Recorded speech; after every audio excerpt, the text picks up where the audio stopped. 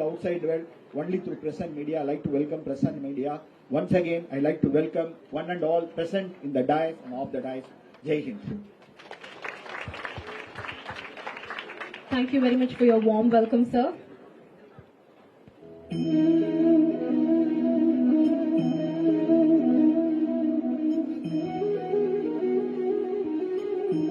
Now, Thiru Ashok Kedia, Treasurer, DG Vaishnav College Trust, is doing the honors to our Honorable Governor.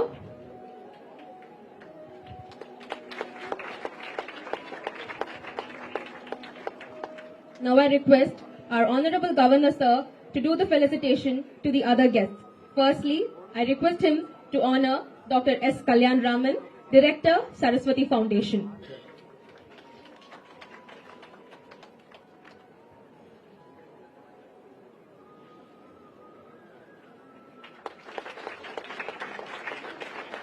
Thank you, sir. Next, I request him to honor Thiru Ashok Kedia, Treasurer, DG Vaishnav College Trust.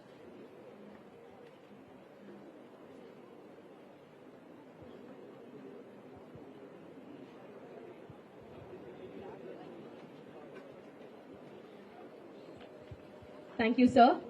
I now request you to honor our Treasurer, Thiru Ashok Kedia.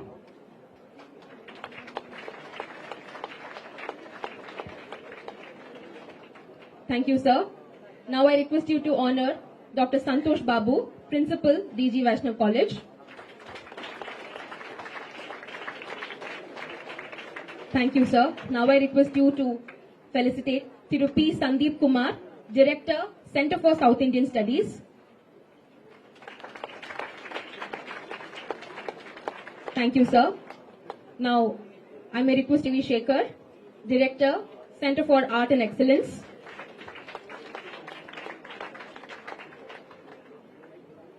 And now I request you to felicitate Dr. Chidambaranathan, Head of the Department of Sociology, DG Vaishnav College. Thank you very much, sir. Thank you, all of you. Now, I call upon Dr. Ramadevi Shekhar, Director, Center for Art and Excellence, to have a few words with us, who will be introducing us the agendas of this national conference. We welcome you, ma'am. Shri Gurubhyo Namaha. Namaste, one and all present here. Honorable Governor of Tamil Nadu, esteemed scholars, distinguished guests, Shri Kalyan Ramanji, and enthusiastic participants. First of all, the topic of today is Indus Valley Civilization. I'd like to unveil the seminar today.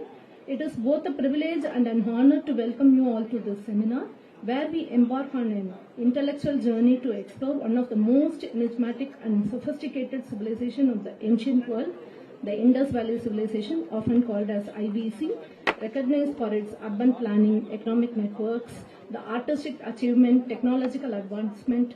The Indus civilization, the Sarasvati Valley civilization, challenges traditional historical narratives and continues to redefine our understanding of early human society. The 100 years of the Indus Valley civilization, the reflection and ongoing research, Harappa's discovery has reshaped Indian and South Asian history. The focus has shifted to DNA studies, climatic analysis, and re-examining the Harappan legacy in modern cultures. The recent excavation in Rakigadi, Dholavira, Birhana, Farmana, and Kunan suggests that Harappan civilization evolved locally in the Indian subcontinent, leaving behind a legacy of tradition and civilizational continuity. The rediscovery of Indian civilization happened in the 1920s, was a watershed moment in the history of archaeology.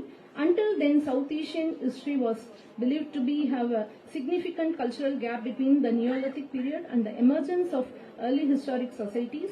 The discovery of Harappa and the Mohenjo-daro changed this perception, revealing an advanced age civilization contemporary with Mesopotamia and Egypt.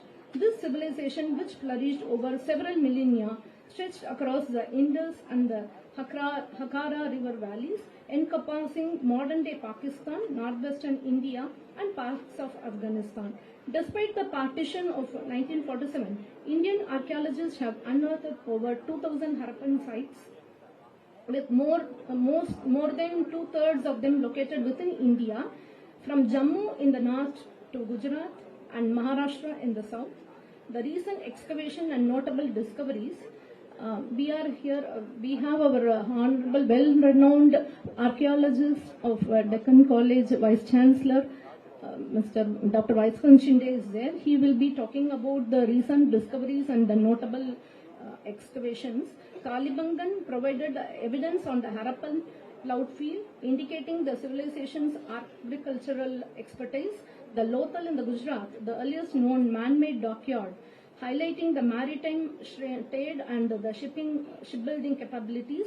Farmana in the Haryana, wherein the chemical analysis of the pottery confirmed the presence of Indian curry ingredients and revealing the early culinary traditions. Dholavira in the Gujarat, a site that offers deep insights into the water harvesting, reservoir systems and the urban planning. Rakikadi in the Haryana, the largest known Harappan settlement. Tomorrow we have our ADG of ASI department, Dr. Sanjay Kumar Manjul, will be talking about these studies, where DNA studies have shed light on the genetic continuity of the South Asian population. The Society of Skilled Artisan, Traders and Farmers we are going to deal, wherein we'll be throughout the seminar we'll be talking about the pottery, jewellery, sculptures, figurines, seals and inscriptions. We have a very interesting lecture about the Indus script also. By the script is codified, and we are going to talk about the agriculture and irrigation innovation. The Harappans were the pioneers in the irrigation technology. They have cultivated wheat and barley, rice, cotton, and apart from that we have a very great economical trade work, where Harappan economic success was built on the extensive trade network reaching Mesopotamia, Persia, Central Asia and South India. Evidence which includes Harappan seals found in the Mesopotamian cities, indicating strong commercial ties. The presence of lapis lazuli, carnelian beads and metalwork, proving the movement of goods across vast distances. Maritime trade markers, along with the Tamrabarni River, linking the Harappans to the South Indian trade networks. The themes of the seminar: the new excavation discoveries, wherein Dr. Shinde will be talking about the discoveries. The Harappan knowledge system, once again Dr. Shinde and Jeevan Karakwal, the well-known archaeologists, they will be talking about us. The governance, economy, the cultural continuity were crucial to the Harappan society. We explore the standardized weights, measures, ensuring the fair trade, writing and communication system. Tomorrow we'll be talking about the writing and the communication system and the script also codified. The genetic evidence from Raki Gadi, reinforcing the Harappan continuity in the South Asia. Maritime trade, the Tamrabarni connection. The Tamrabarni River holds a key evidence of the Harappan trade with South India. The pottery artifacts resembling the Harappan material culture along with the river banks. Seals and weights supporting long distance commerce. Connectivity with the other civilizations on the topic. Harappans actively engaged in trade and cultural exchanges. This is evident from the Harappan seals found in the Mesopotamia, proving the economic ties. The shared iconography, we have the bronze expert, Dr. Uday and Diya Mukherjee will be talking about the artistic motifs and the bronze, reflecting the ideological references, religious and ritual practices, deciphering the Harappan religions. Life remain challenging, yet significant discoveries include the Pashupati seal, possibly depicting the proto-Shiva figure, resonating with later Hindu iconography, terracotta figurines of deities hinting at ritual worship, fire altars suggesting possible Vedic or sacrificial traditions, artifacts and cultural expressions, musical instrument and gaming pieces indicating the recreational activities, silver and copper dinner set showcasing the fine craftsmanship, debates on the decline. The theories regarding the decline of Indus civilization remain contested. The key consideration include the climate shift and the drying of the river Sarasvati, shift in the trade routes and the economic instability, internal socio-political disruptions, the DNA evidence challenging the Aryan migration theory. Rather than an abrupt collapse, recent research suggests a gradual transformation with Harappan traditions persisting in the subsequent culture. Despite a century of research, the Indus-Sarasvati civilization continues to introduce with its unanswered questions and unsolved mysteries. This national conference invites you to be the part of this ongoing discovery. As we uncover new layers of the Sarasvati Indus civilization, its silent stones remind us that history is not just about the past, it shapes our present and future. I'll repeat, the silent stones remind us that history is not just about past, it shapes our present and future. As we bring together archaeologists, historians and scholars, we aim to critically reassess the established theories and foster new avenues of exploration. This Sarasvati Indus civilization was not just an ancient society, it was a dynamic, thriving and resilient culture whose legacies continue to shape our understanding of human history. Let us unravel the mysteries of Indus Valley civilization together. Welcome you all. Thank you very much, ma'am. Thank you for your enriching words.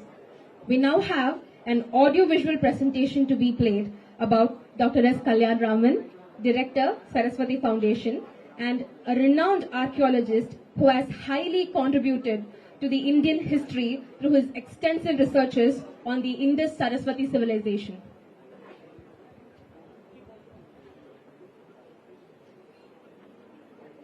Around the percent of sites, Saraswati Saraswati future of the nation depends upon unity of the people. The Saraswati river flowed from the Himalayas up to Rigvedathula நிறைய நதியை பற்றி சொல்லிருக்கோம். But Saraswati நதியை பற்றி and all the people who are participating in this gathering, Saraswati Sindhu civilization as defined.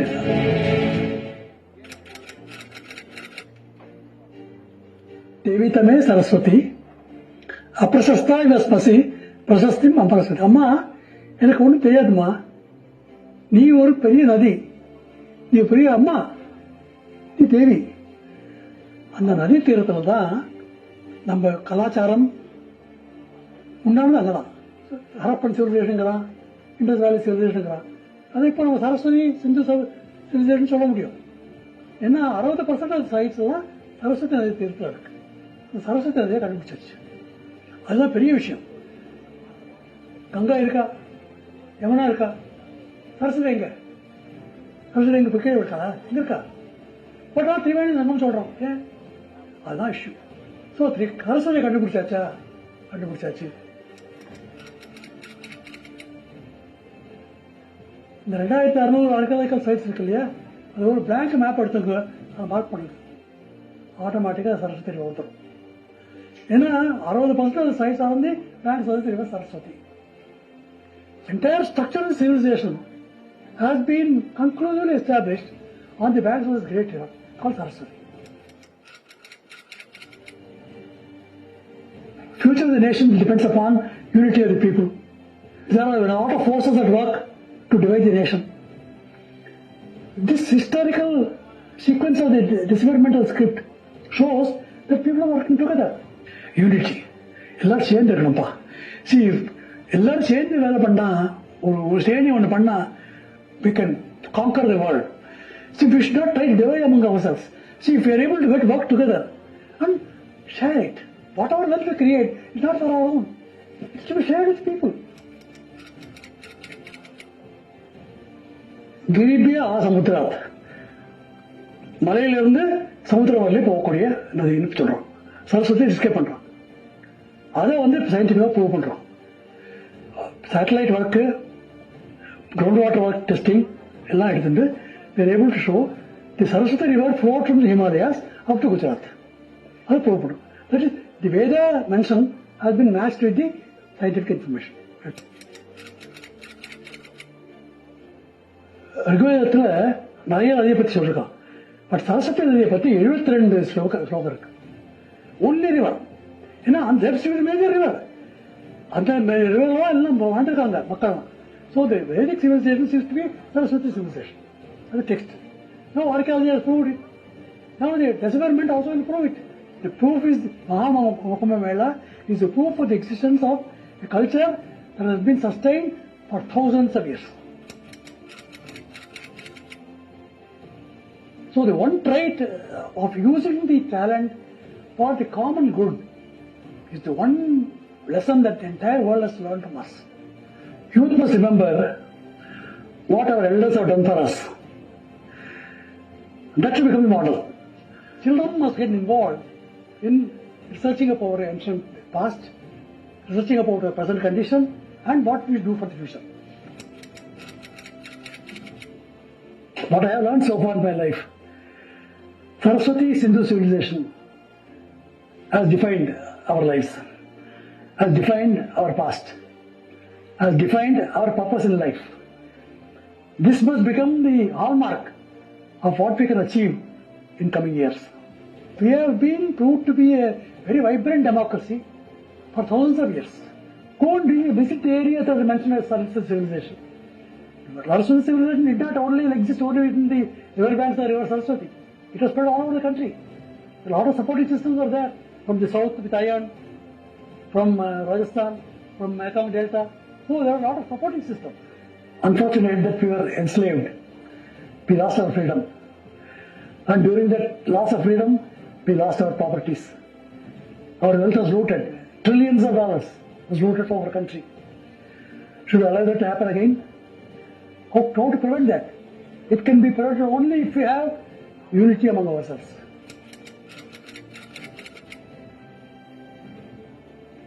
It's our responsibility to take the civilization forward and glorify this Saraswati civilization. This is our defining civilization. This defines the Bharatiya civilization. This is our country. We must be proud about being born in such a great land with such great people. And the 400 people who are participating in this gathering should go back with this message of only one word: inquiry, inquiry, inquiry. I have no doubt in my mind that whatever contributions I have made will stand the test of time. That will carry forward for years to come.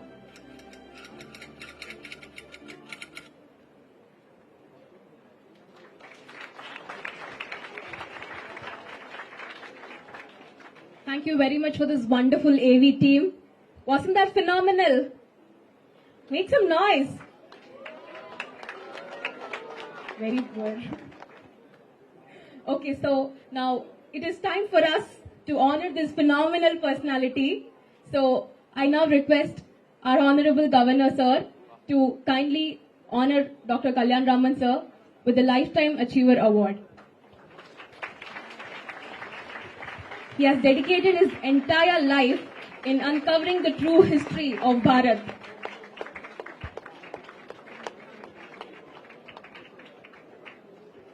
Ladies and gentlemen, make some noise.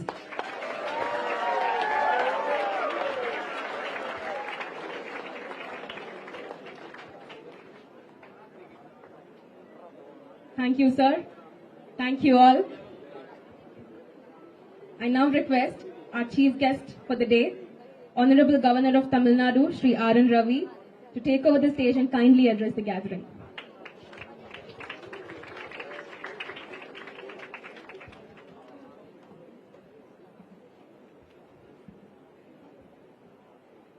Dignitaries on the dais, Thiru Santosh Babu, Principal of this D.G. Vaishnav College and the host of the event,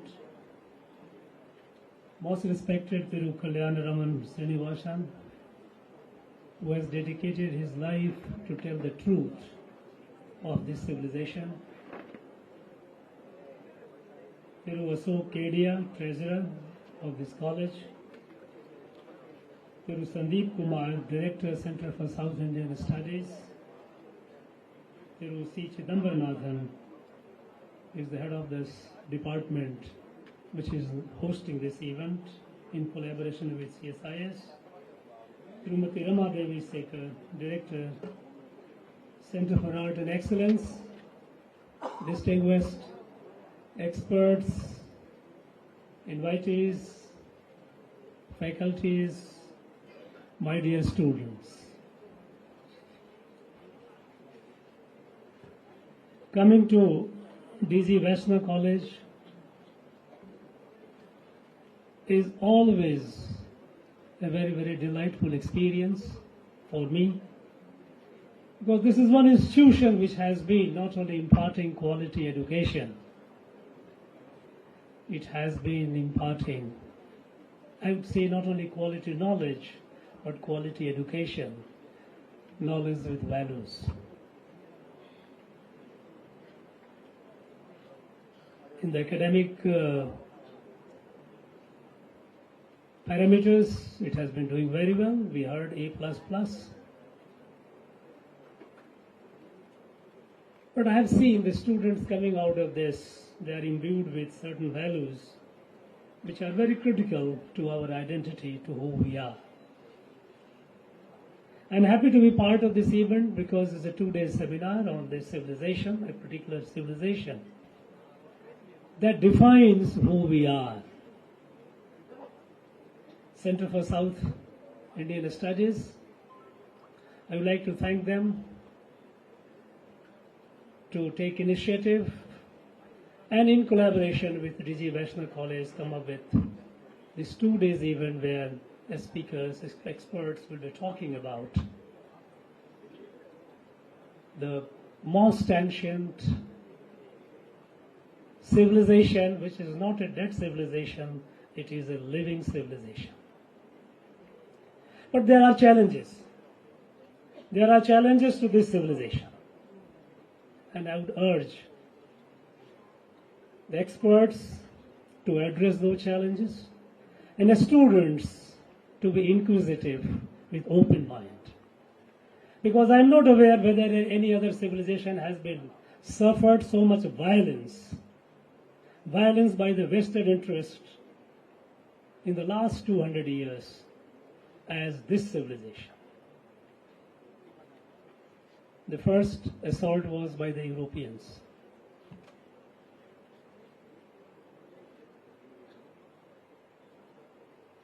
For them it was a necessity. In the middle of the 19th century, by then, Europe had almost colonized the whole world, barring Soviet Russia. Before it became Soviet, Tsar was a powerful person. He could resist. Tsar himself was an imperial power. Japan and part of China. Rest of the world was colonized by Europeans. Entire America, North, South, the whole of Africa was colonized, and the whole of whole of Asia, except Japan, part of China, and Soviet Russia, the whole world, they had colonized it. All kinds of atrocities were happening. They needed a justification for imperialism. They needed a moral and intellectual argument to justify what they were doing. And I would urge the students to listen it carefully. They needed a moral and intellectual argument to justify imperialism capturing the whole world, annihilating the native people of America, annihilating the people of Australia, colonize the world, suppressing the whole world. And in the quest of that, they came up with two arguments. One, of course, was they said, the moral justification, they said, it was to spread the gospel because the rest of the world was in darkness. So they needed to do that. But other argument which they found was, which began with the 1850-53, when they came up with race theory.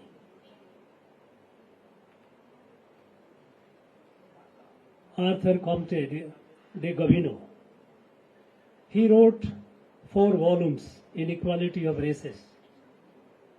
He created the first intellectual argument that there are 3 races in the world, white, yellow, and black. And white is the superior race, is the master race. He came up with the argument that all these 3 races had inhabited the different parts of the globe and they immersed in their respective areas. But the white race was the superior race. It was handsome to look at, and it was intellectually the smartest.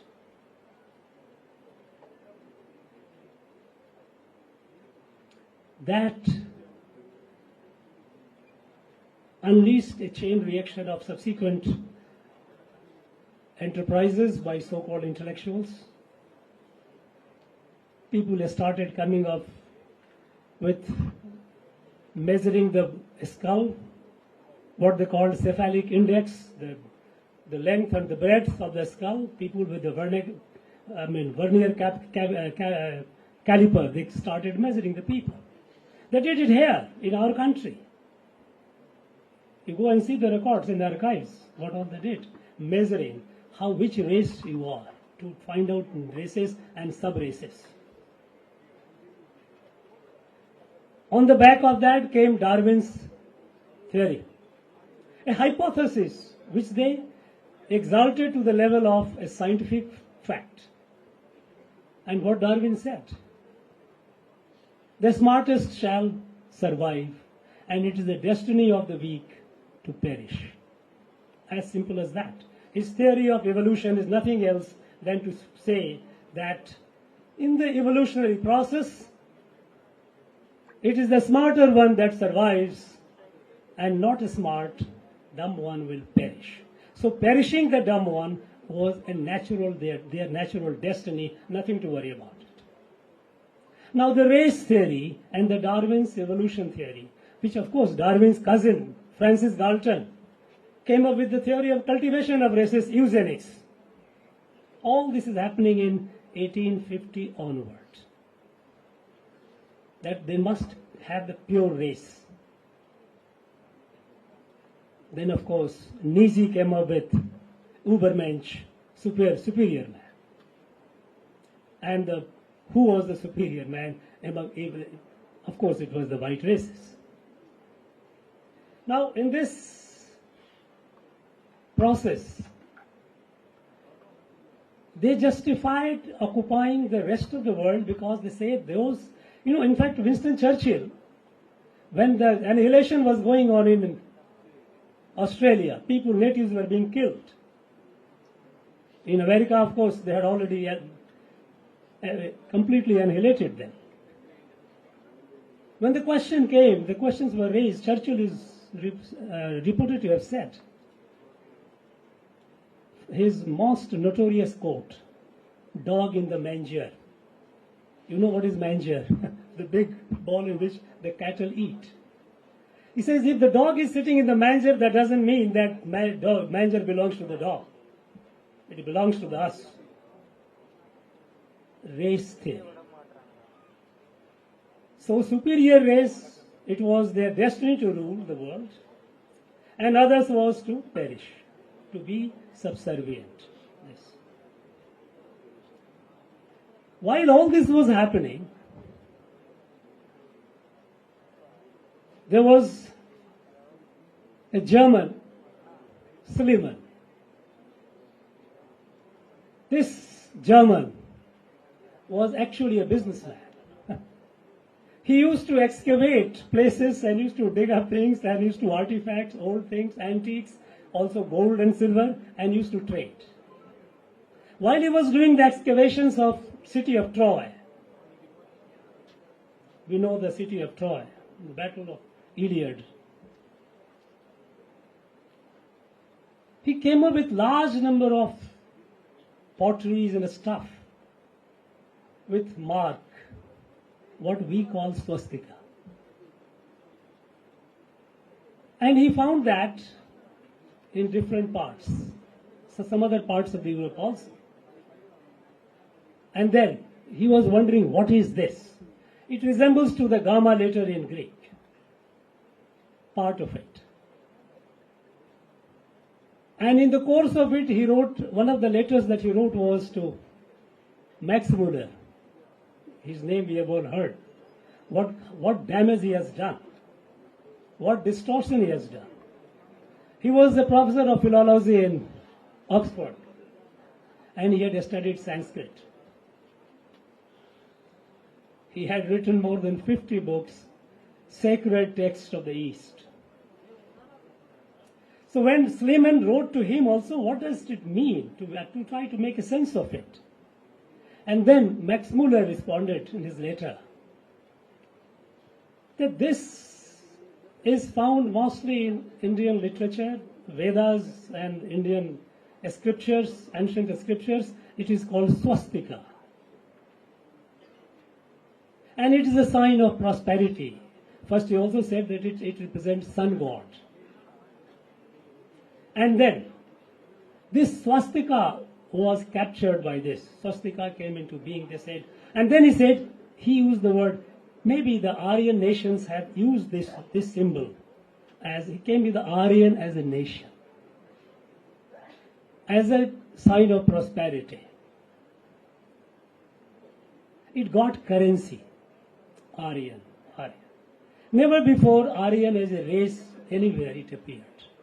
None of our Indian literature, either Sangam literature nor the Vedic literature, they have used the word Aryan as a race.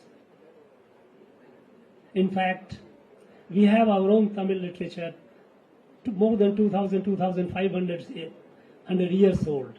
None of them have used the word Aryan as a race. None. We know in our literature, in our ancient Aryan, what is Aryan? Because why I am coming to this is, because this is linked with this. And I was disappointed, I must say, and I am not disappointed so much primarily because when we heard the computer scientists talking about our tradition, Tamar Bharani, and there is an Indus tradition of the North. It is out of ignorance, and it is not his fault. He is a scientist, computer scientist. But in the last 60, 70 years, Dravid ideology has created a narrative of the differences, the Aryan and Dravidian. Aryan is a race. I'm coming to that. How did the Aryan as a race theory come up? It emerged. It emerged out of compulsion of the Europeans first to find justification for imperialism controlling the whole world. So Max Muller used the word, or in the letter respond, Aryan nations could be using this as a symbol of prosperity and also the symbol to reflect God, sun god. It got currency. And in that background, later subsequently Hitler, you know how the Nazi party took up this superior race, when he Nazi, that's Übermensch, that superior man, master race. And there they came up that the Aryans were the master race and Germans were the pure Aryans. And they moved to different places. They also invaded India. When they got the documents showing that what an advanced civilization it was, they attributed it to the Aryans. But they say that races got contaminated with this, miscegenation, mixing the blood. But the pure one remained in Germany and neighboring Europe.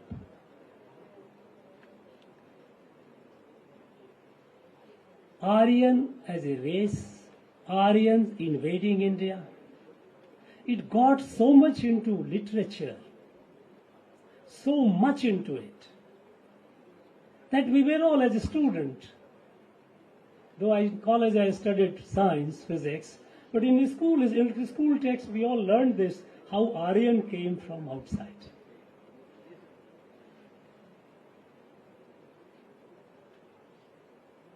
Great people, well-known nationalists, great scholars could not escape this Aryan invasion theory because there was so much all around written about Aryan invasions all over. And in this, a lot of our own people also contributed. And I must say, a significant share also goes to archaeologists. They also have tried to come up with theories in support of that. Maybe because the ruling dispensation, why past is relevant? Why are we talking about Indus civilization today? Why past is relevant? If it is a dead and gone, why? It is only academic interest, don't waste time on it. It is relevant because, first of all, this past is a living past. Because if more than 66 crore people went to Mahakumbh, how did they go? Who gave them the invite? Lakhs and lakhs of people from Tamil Nadu went. Nobody invited them. They went on their own.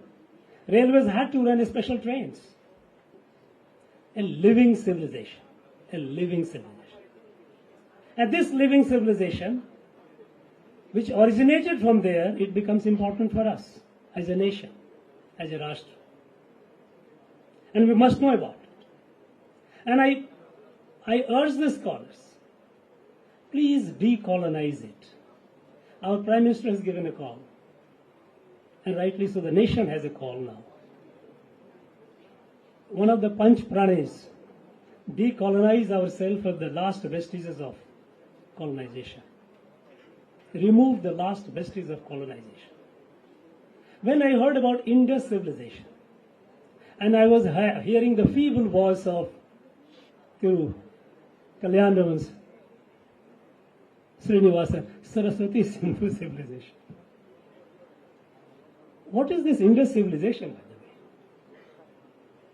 way? We know that this civilization was not just along the Sindhu river. First of all, as people here have difficulty calling Bharat, they have so much got India that they have difficulty calling Bharat. Though the people of this country for thousands of years never called it India. But our people will have difficulty. So similarly, we say Indus. We have difficulty calling it Sindhu. Now, is it a Sindhu civilization alone? Experts are sitting here. They will bear with out and they will discuss about it. This civilization grew along what we call Sapt Sindhu, Saraswati and Sindhu. Our Rig Veda, in the Nadi Shukta, it mentions about 10 rivers from Ganga to Sindhu. From Ganga to Sindhu, we have 10 rivers, and among them the 7 rivers, which we call Sapt Sindhu. Sindhu, Satluj, Jhelum, Ravi, Chenab, Vyas, and Saraswati. These 7. This Saraswati doesn't exist today. And that made the critics of Indian civilization, because British had to downgrade our civilization. Because they had to say that we were in dark ages. They could not accept the fact that India was such a great civilization, notwithstanding the fact that at the time of colonization, British scholars had admitted how advanced was the India civilization. But that was in the later part of the 18th century, after the Battle of Plassey, when they started colonizing and capturing the territory. I'll just tell you one letter, how they have described India's civilization. When 1765, when they had taken over the control of Bengal de facto, large number of British scholars started visiting India.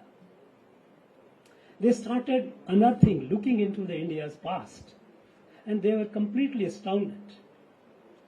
They were apprehensive that, like other places like America and other places and Latin America, these people went and destroyed the whole thing. Here, this will also be destroyed. So a group of professors from Edinburgh University wrote to the British government to commission large number of people to discover, collect, and translate the works of the ancient Hindus. This is the language used. Discover, find out where these are. Collect, take it, and translate. Because this will enrich European science and broaden European thought process. Anyone who has got curiosity, you can go into it It was March 19, if I remember correctly, 1788. Macnaughey was the professor of Edinburgh, who had written it to the British. He says, this will enrich European science and broaden the European thought process. Remember, that was the time when Europe was in the so-called Renaissance, having an age of reason. They was talking about all the intellectualism and the preeminence of reason. So this will enrich the science and broaden the thought. And then they said, this will help us understand, mark the words, it is a Macnaughey word, not mine. It will help us understand the celebrated people are Hindus, from whom Moses received his learning, and Greek their art and religion. Moses came 1,000 years before Jesus Christ. This was the admission of the British scholars at the time. But subsequently, at the beginning of the 19th century onward, when the need for consolidation of empire became preeminent, they suppressed that. And they started collecting all these and downgrading the Indian civilization, calling it even in dark ages. In that process, they said that no, Veda was a fiction. Where is Saraswati? Saraswati river doesn't exist. And we know that in the Rig Veda, scholars will bear me out. Saraswati has been mentioned several times. Someone says that more than 50 times.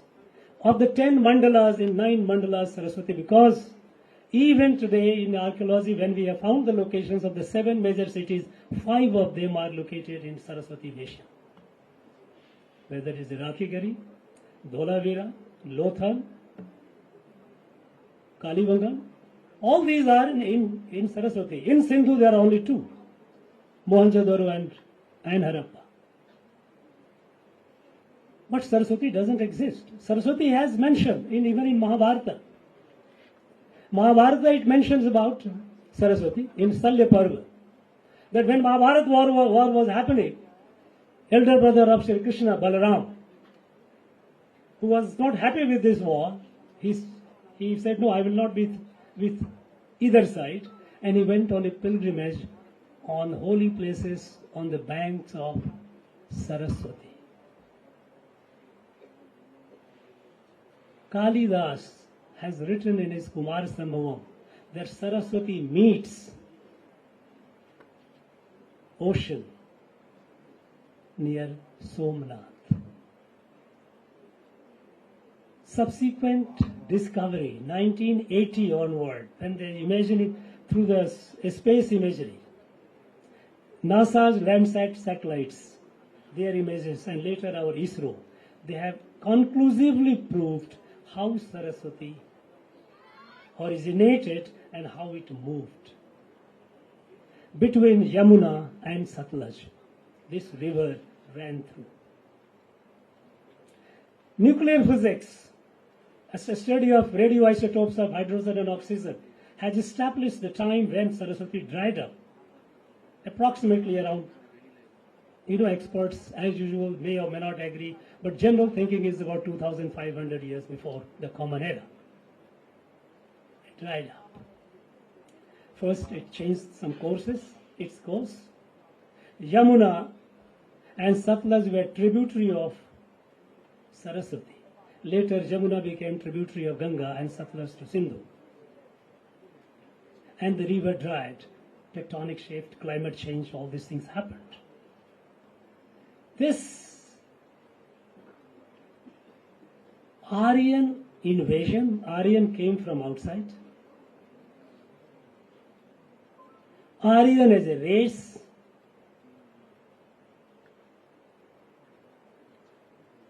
and Vedas are myth.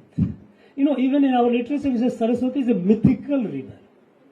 What is myth? A lie which is repeated many times becomes a myth. It's not a myth.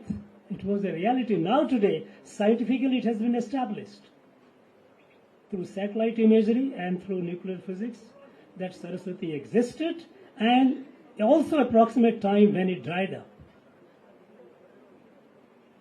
Now in this civilization, this large civilization in the Sapta Sindhu, it gave rise to those thoughts, those wisdoms, those texts, which became eternal. When Vedas gave us the light that the entire creation is a family, the Creator having created the entire creation is present in every element of the creation. We are all one. Not only humans, the plants and animals, we are all part of the same. Integrally and organically connected. This revolutionary thought was revealed in the Rig Veda during that time. And by the way, the time of Mahabharata and Rig Veda also has been by and large established. Because we know that it has been now established that Rig Veda happened at least 2000 years before Mahabharata. And Mahabharata happened about 3100 years, approximately. That is the general assessment. And all this has happened not through a speculation, through fixing the planetary position. So not planet, constellation. Planets keep changing. When the modern science, modern astronomy, with all these, we have been able to fix it. These are not fiction, these are not stories. As I was reading some of the works of E.V. Ramaswamy Naik, E.V. Ramaswamy says that Aryans were barbarians, they came and invaded, and they were all drunk, intoxicated, they were dancing and singing, and in that song they imagined all these things that happened in Ramayana and Mahabharata. They are all intoxicated songs of these drunken barbarians. Europeans said, no, since there was no Saraswati, there is nothing. Now first of all, when I say decolonize, let us stop calling it Indus civilization. Can't we call it Saraswati Sindhu civilization? Is it not a fact? If it is a fact, then let us accept it, let us call it. Let us not use those. Number one. Number two is, it's good. I heard the speaker talking about we have been studying the potteries, jewelries, all those things. Wonderful. We must know about it. But the past becomes relevant because the present uses that past to serve its purpose. And there are people who have been serving it. Earlier is the Europeans who used it for their purpose to downgrade us. And now there are people we have in our country, it's not just that Marxist and liberal scholars who have done it, but even in our own country, here in this very land, we have a Dravid ideology that believes in that Aryan and Dravidian separate races. Groundwork was done by Caldwell, Robert Caldwell, who wrote the book. Absolutely, anyone with a critical eye will read it and will find it's all nonsense. Grammar of Dravidian languages. Dravidian languages, not only Tamil, all Dravidian. But over the time, rest of the Malayalam, Telugu, Kannada, they have moved away. They have not moved. Somehow, here, ideology is limited to here. They say, no, we are a separate, linguistically a separate group. We have nothing to do with the rest. And then race, Dravid separate race, Aryan separate race. These lies have created a political ecosystem which is threatening the unity and integrity of our nation.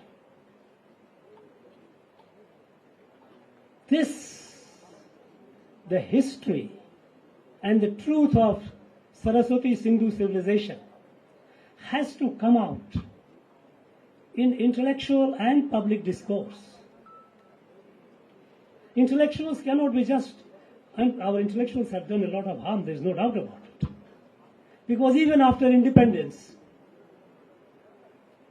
we know that after independence, intellectual space was captured by Marxist ideologues. And Marxist ideologues, they were very loyal to their patron saint, God, Karl Marx. And what did Karl Marx say? Karl Marx, he wrote in 1852, 20 essays he wrote in New York Daily Tribune, where he said running theme of all his essays was British Empire has two tasks in India.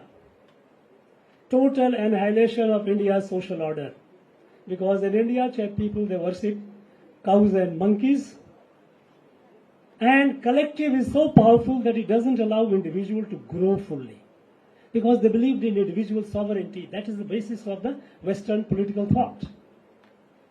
Individual is sovereign, collective has no place. Collective is made out of individual through contract. That is a social contract theory. So, Karl Marx said, the British must perform two tasks in India. First, total annihilation of India's social order.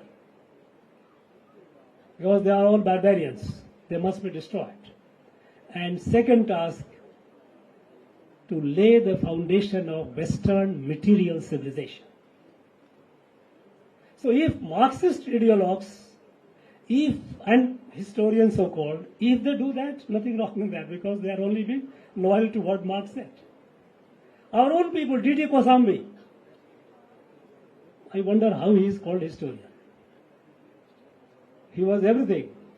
He was a mathematician, he was a doctor, medical doctor, he was all that. He wrote, he talked about all this, how dark was our past. And this has been carried forward by subsequent Marxist historians. This has found place in our textbook. Even earlier time, Dr. Tarachand, who was also an archaeologist, what he did?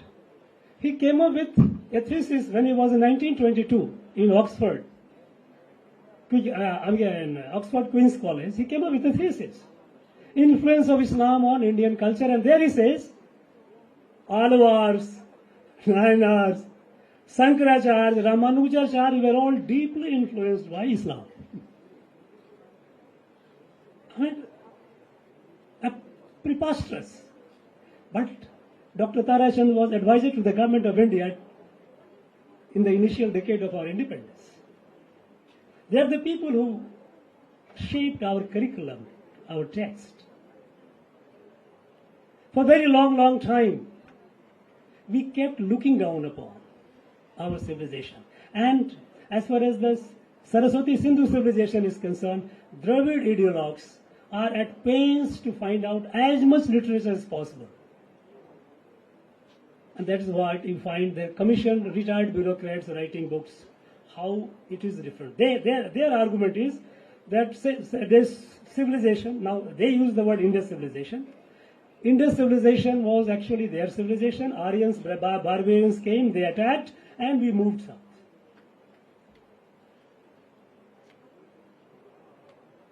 The fact that no such conflict is mentioned in any of our ancient literature, neither in Tamil nor in Sanskrit. Both are the oldest literature in the world. Nothing is mentioned. Even subsequently, as late as, I'm not aware, I think your experts would be able to throw better light. But I came across an article, a piece, a research paper in Harvard Medical Journal Cell, CELL, in as late as 1990. When they did this DNA study of the skeletons found in various parts, they found there is a homogeneity. There is nobody from outside. There was no mark of any injury on any of them. People, if they had come from outside, there could have been some differences in terms of genetics. It wasn't.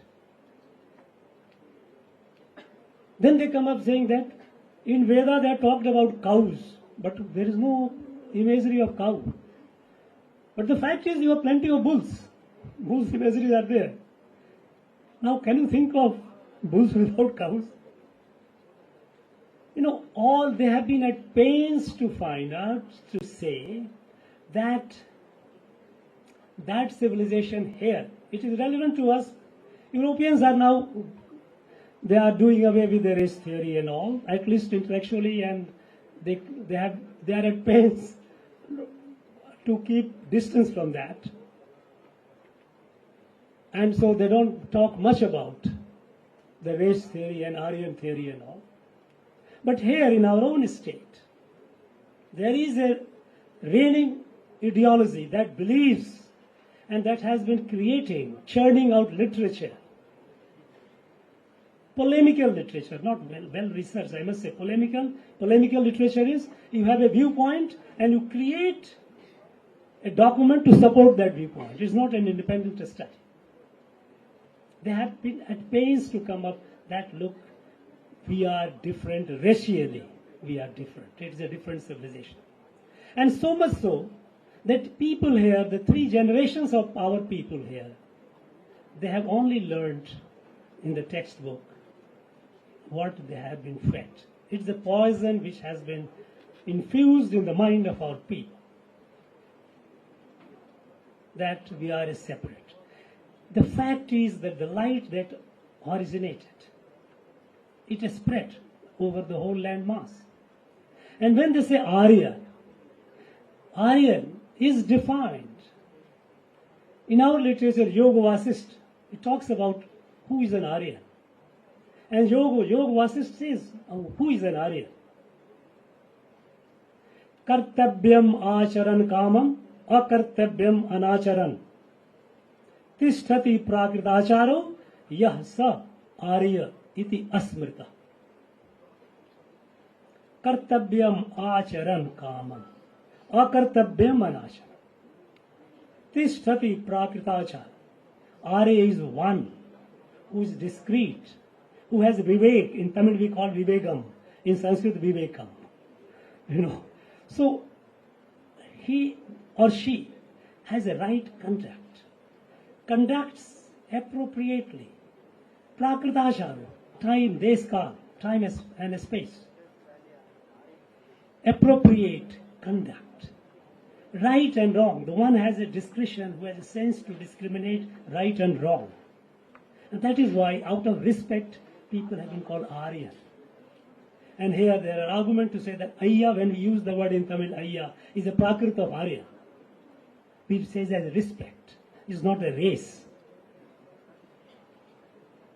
But these people, those who have created, and they have twisted, they have been fabricating it to serve their interest. I would urge, and I have expectation from this 2 days conference, that we should not just go into the nitty-gritty of what was the size of the jewelry and what is the pottery. But interpretation of past becomes relevant, and that is how it becomes relevant. It is relevant today because we have a future. It is a living because Vedas, what the light revealed, is the universal light. It is the light which in last year in the G20 when we had the presidency, when we say Vasudhaiva Kutumbakam, it comes from that. The world is a family. Kutumbam, Yadu Mure, Yavarum Kelir, what we have said, it is all one. It is that light, that civilization which created a Rashtra, not a political state. And we know what is Rashtra. Rashtra comes in our Vedic, right from the Rig Veda. The Rashtra is Bhadram Ekshanta Rishya, Swavida Tapo Diksham, Upniseduragra, Tato Rashtram Baramojasha Jatam. When Vishwa Kalyankari, those rishis, those who had thought the well-being of the whole world, those hard labor, those who were aware of the Atmagyan, Swavida. And what is Atmagyan? Mam Atma Sarva Bhuta Atma. My self is the self of all. We are all one family.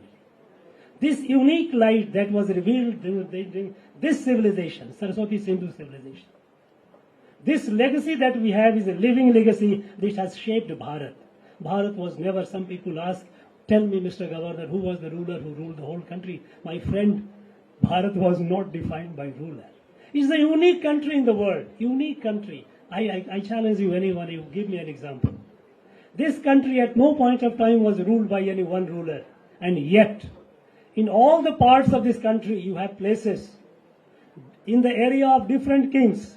But that place belonged to the whole Bharat, not belong to them. Could Setupadi say that Rameswaram belongs to him? No? Come on. Saurashtra king could not say that Somanath belonged to him. Kasi did not belong to Kashi Naresh. All over, through hundreds and hundreds of such places located, which belong to the whole Bharat, it did not belong to the that king. And people of every part of the country had equal right there. When people, more than 60 crore people went to Kumbh, can you imagine ever, in the past or even in the future, anybody who is a ruler of that place who is controlling, no, I will not allow anyone to come here take bath. Just not possible. This is Bharat, no other country in the world you have. So Bharat is not is not a political state, it is a Rashtra. That is why Rashtra is defined in the Veda, that light, the light that came from the Veda, which is spread around, which has shaped our thinking, towards ourselves, towards the nature. That is why in every part of this country you go, traditionally people, they say, when they go and cut the tree, they do the prayer. I have need, so that is why I am cutting you. I'm sorry, please forgive me. It is only the modern thought, mercantile thought, that we have been destroying this. Our original, the Vedic teachings are that we are all part of the family. They are all divine. Our rivers are divine, our rocks are divine, our plants are divine, animals are divine, every being is divine. It is an expression of divinity.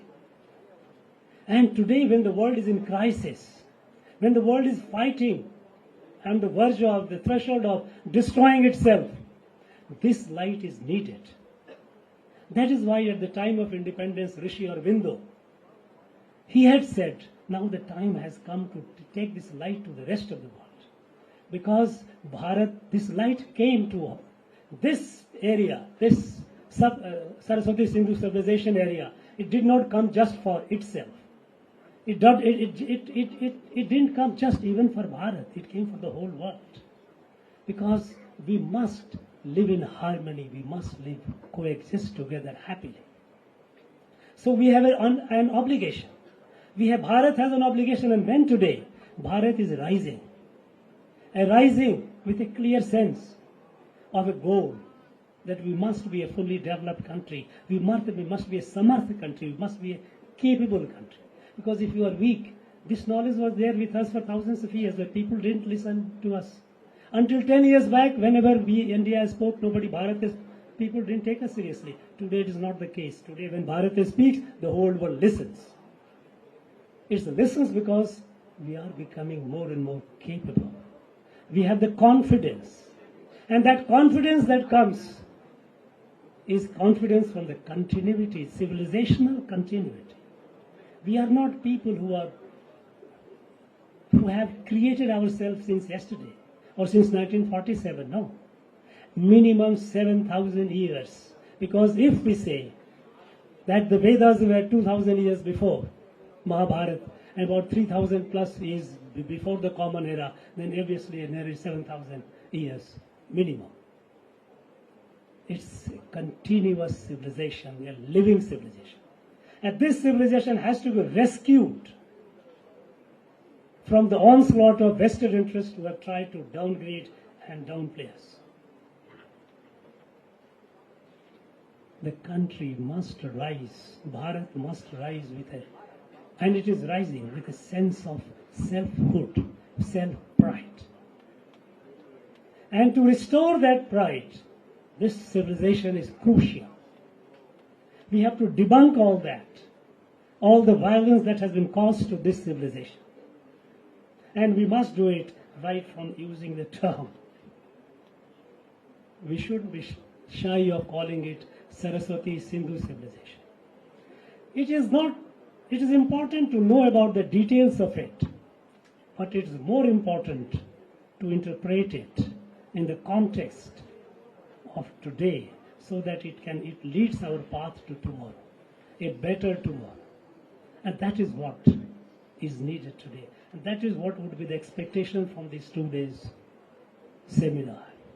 I am sure scholars will raise the issue, will take it forward. Students will ask critical questions. Please do that. Make this a churning, a churning so that the nectar of truth comes out of it, so that our path is cleared. All the obstacles that are here and there, they are removed. It must have a purpose. It cannot be purposeless. And I am sure these 2 days it will serve the purpose. I have no doubt about it. I wish this conference very, very success, very, very, very, very productive, fruitful. Thank you very much. Jai Bharat.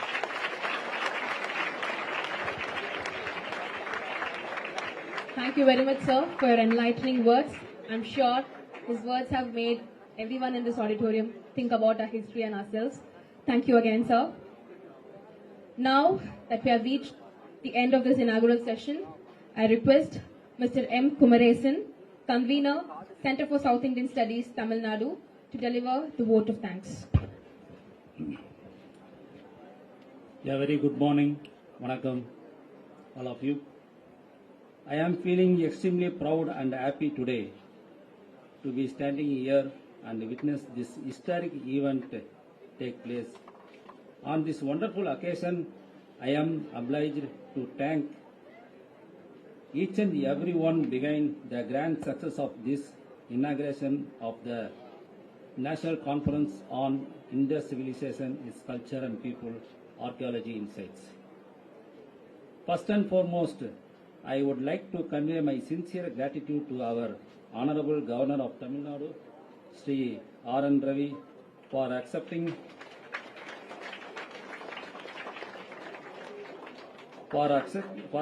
our request and gracing this occasion with his presence. Thank you very much, sir. Next, I would like to convey my heartfelt thanks to our beloved guest, Dr. S. Kalyanaraman,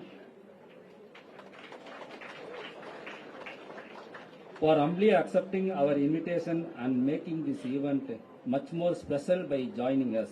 Thank you, Lord, sir.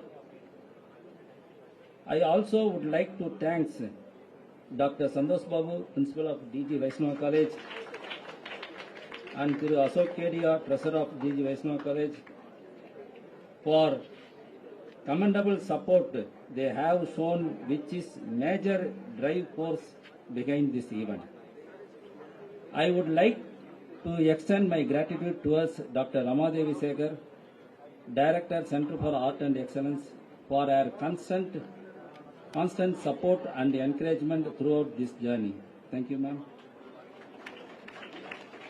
Last but the least, I convey my thanks from the bottom of my heart to all of my friends from the media team, police department, students, staffs and management of D.G. Vaishnava College, organizing committee, stage committee and wonderful audience for your presence and cooperation. Thank you very much, all of you.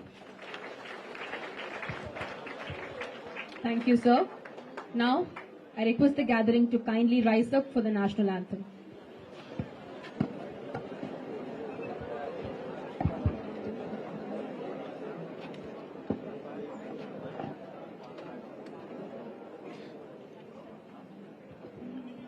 जनगण मन नायक जय हे भारत भाग्य विधाता पंजाब सिंध गुजरात मराठा द्राविड उत्कल बंगा विंध्य हिमाचल यमुना गंगा उच्चल जलति तरंगा तव शुभ नामे जागे तव शुभ आशीष मागे गाए तव जय दाता जनगण मंगलदायक जय हे भारत भाग्य विधाता जय हे जय हे जय हे जय जय जय जय हे.